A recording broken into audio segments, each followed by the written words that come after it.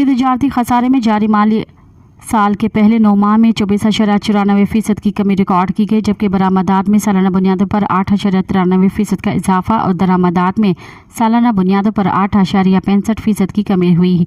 Pakistan bureau बराए शुमारियात के इदाद शुमार के मुताबिक जुलाई से लेकर मार्च 2024 तक मुद्दत में पाकिस्तान के तजारती खसारे का हजम 17.30 अरब डॉलर रिकॉर्ड किया गया, जो गुज़िश्ता माली साल की इसी मुद्दत के मुकाबले में 24.94% कम है। गुज़िश्ता माली साल की इसी मुद्दत में मुल्क के तजारती खसारे का हजम 22.68 अरब डॉलर रिकॉर्ड किया गया था।